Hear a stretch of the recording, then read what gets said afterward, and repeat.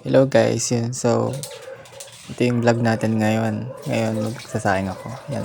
Kinupit ko na yan. Sinalin ko na siya sa kaldero. Yan, binuhos-buhos na niya na. Yan.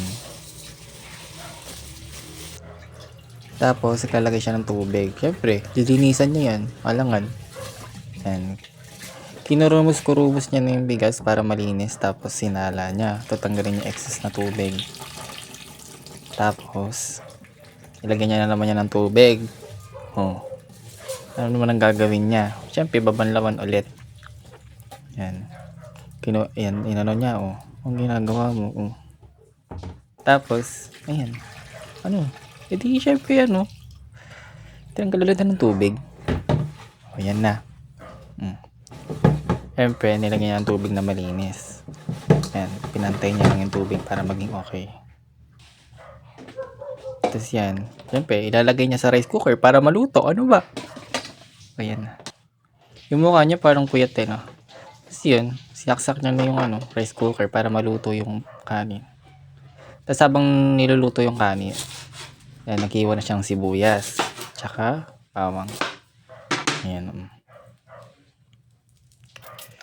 Ayan, binalatan niya na. Nag-speed up.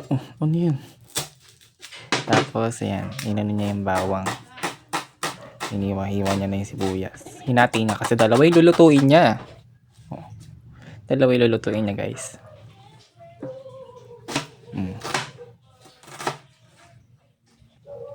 Bagal maghiwa. Pinukpok. Tapos, tatanggal yung balat, syempre. Hihiwain niya, syempre. Mag-speed up na naman. Ano yun? Tapos yan, nilagyan niya na ng tubig. Tapos yung pechay, tinanggal niya ng goma para malinisan niya. Yung tubig kasi namin, guys, kailangan mo inaano yung tip, yung pinaka, ayan, yung straight line na yan.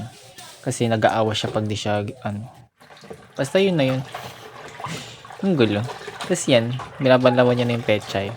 Kasi dapat binabanlawan talaga yung pechay para malinis, para masarap kainin. Tapos yan na, binalaw, niya, tinanggal niya na sa tubig. Hiniwa-hiwa niya na. Yan, hiwa-hiwa. Hiwa-hiwa. Yan, hiniwa-hiwa niya na. Ang bilis naman, sobra naman. OA naman sa Pilipinas. Yan. Hiwa. Di ka pa rin tapos, sa tagal mo naman. Nagalit. Kasi yan. Yan siya na guys medyo lag. Kasi yung cellphone ko eh. Basta yun na yun. Pero reklamo, nanonood lang naman kayo. Kasi yan. Ilagyan ulit ang tubig para malinis. Yan. Tapos nagpainit na siya ng kawali. Kawali pa tawag dyan o pan? Basta pan. Yun na yun. Lagyan niya na ng mantika. Yan. Unting mantika lang. Sakto lang. Ang igigisa niya dyan is corned beef. Ginaganyan ko para pantay yung distribution ng oil. Tagal mo naman. Ayan na.